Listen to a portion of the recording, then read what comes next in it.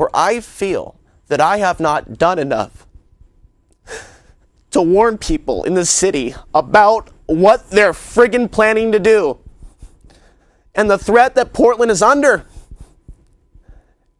And I want to keep going, and there's more things I have to accomplish, but I don't feel that I've done enough to wake people up in the local media that this stuff's going on. And that's why your help is needed to spread the word during these critical times, because there are more challenges coming upon the horizon. But these challenges, when we mindfully respond to them,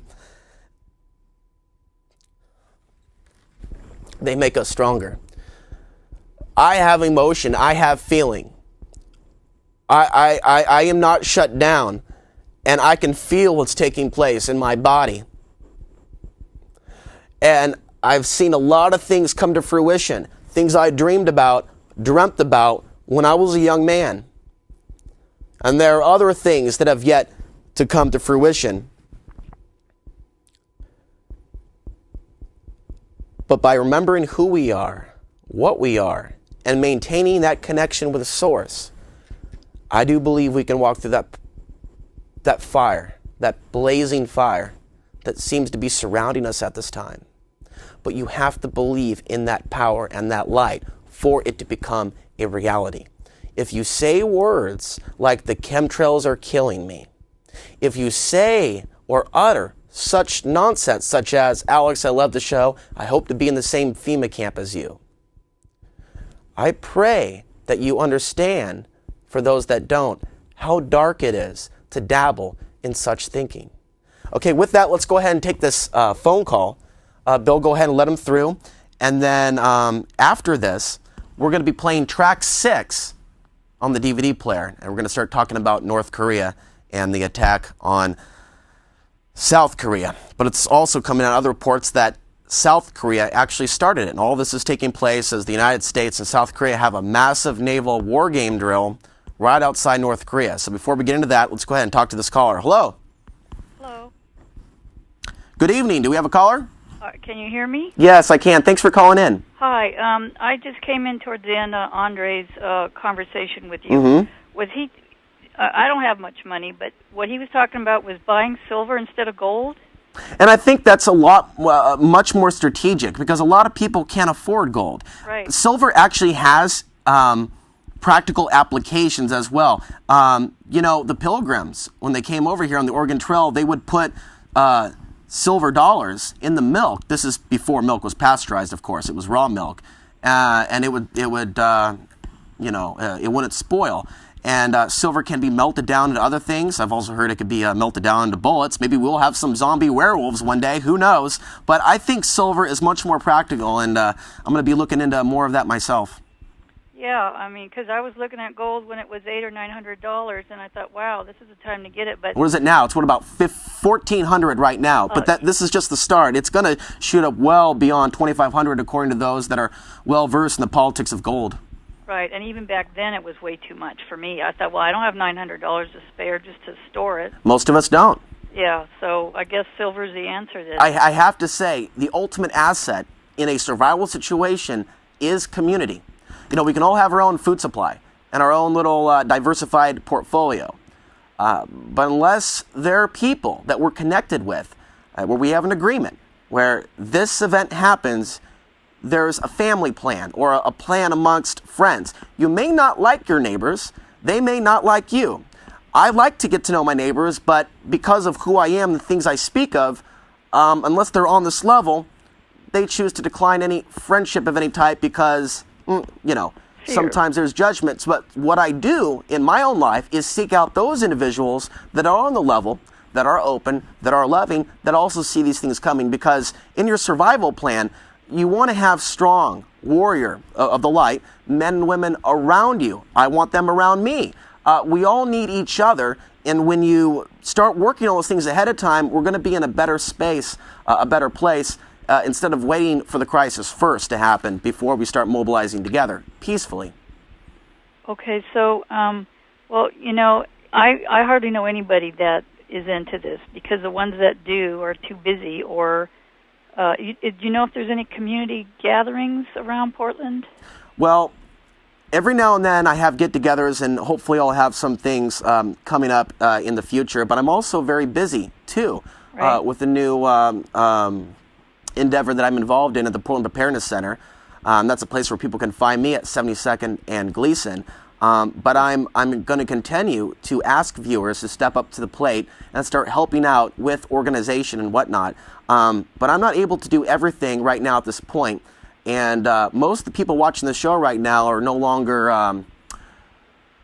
it's almost as if I've given them too much information and they've tuned out, is the feeling that I have about my connection with my audience. You know, years ago, there was a lot more emails coming in, and there was a lot more response to this. But people aren't really responding heavily to the show, so it's complicated for me to give you that answer. But there's small baby steps you can take. Start with one person, start with two people. I suggest, try this if you will.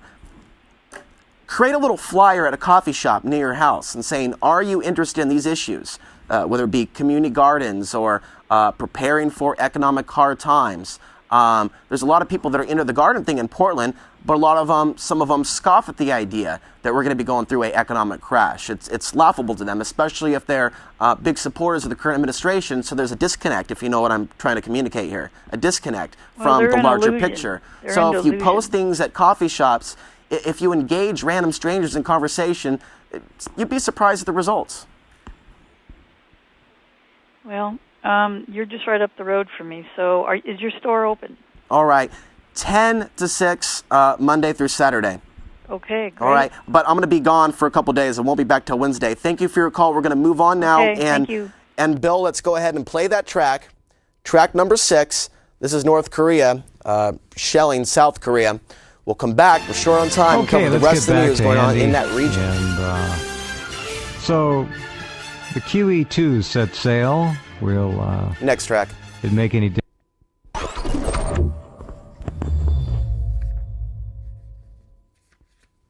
네, 지금 연평 면사무소에 포탄이 떨어지는 장면이 KBS 촬영 화면에 잡혔습니다. 네, 섬광이 터지고 구름 기둥이 올라오면서 주민들이 놀라 대피하는 모습, 그 모습이 보이고 있습니다. 아이고 뭐 육지로 가야 되냐 어떻게 되냐 근데 갈라게도 갈 수가 없어요. 배가 없기 때문에. 그렇죠. All right, mute the audio. Keep playing the video. And I'll go over some of the reports here. North Korea deploys SA-2 surface-to-air missiles near Yellow Sea border. North Korea has deployed these missiles to its west coast near the Yellow Sea border with South Korea as U.S.-led naval drills got underway in a show of force against the North's deadly artillery attack on a South Korean island earlier this week. And they say that the missiles appear to be targeting our fighter jets, according to South Korea, that fly near the northern limit line. South Korea rejects China's call for talks as naval drills begin. Here's another one. North Korea deploys missiles, targets fighter jets. China tells America, turn around the USS George Washington. China has warned against military activities near its coastline ahead of U.S.-Korea naval exercises. North Korea can trigger the feared 21st century U.S.-China war. This is an editorial from the Philippine Star. And if you want to Google these headlines, you can read more about it. And so that is the end of our report in terms of those headlines. And yes, it's suspected that the missile that was seen near the coast of China recently. Bill, we're going to play that video in about 2 seconds flat. It is believed to be a Chinese missile, according to Wayne Madsen and his sources. And, of course, he was our guest several weeks ago. This is the last video of the night. We're going to be back in just about a minute or two. And this is a woman. This was posted about a month or two, pretty much laying down the consequences, explaining the consequences of Senate Bill 510 passing, which is the Food Safety Modernization Act. Isn't it interesting that we have so many things taking place in this particular point in time? I find it very interesting, but not surprising. Roll the clip.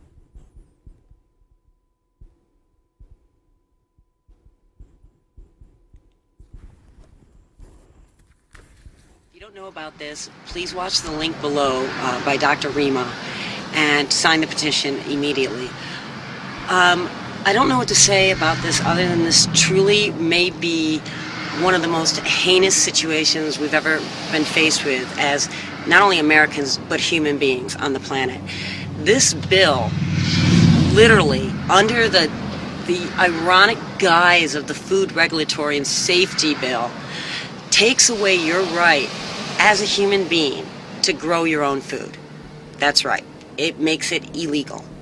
It also makes it illegal to trade animals. They're going to mark every single animal. You can't just give your neighbor a chicken if you have chickens, or you can't, if your cow has a calf, you can't give it to your child. You're not allowed to do these things.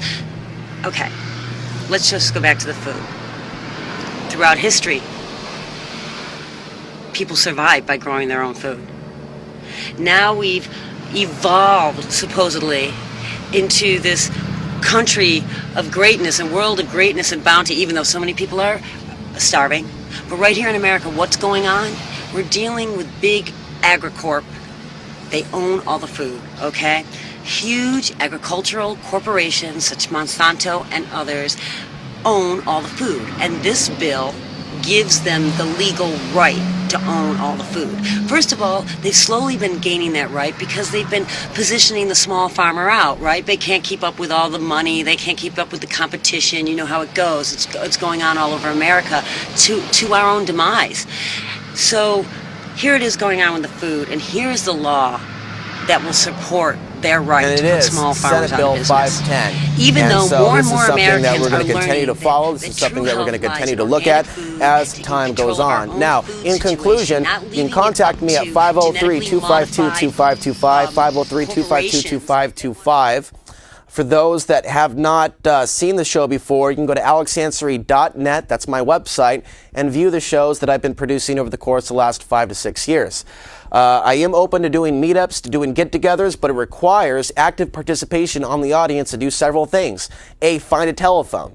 Not too hard to do in this day and age. You pick it up and you dial the number and you contact me and express an interest in volunteering or helping the cause of freedom and liberty in Portland, Oregon. We have to do things locally. So I'm there for you, but I'm not going to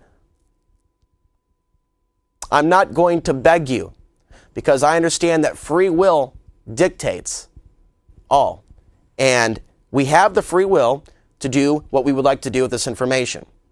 And I know my role is in all this, and it's to provide information, but to also ask you to question your reality, your own very understanding, your belief systems as to how reality is constructed and why we're in this mess that we're in this particular point in time.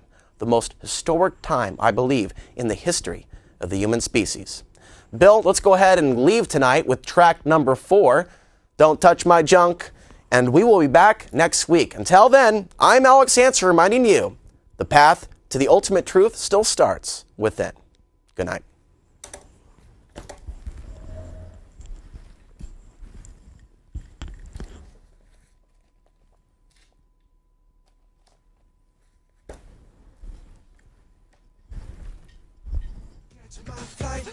The TSA, put me in the naked body scanner line. I don't want radiation, so I opted out.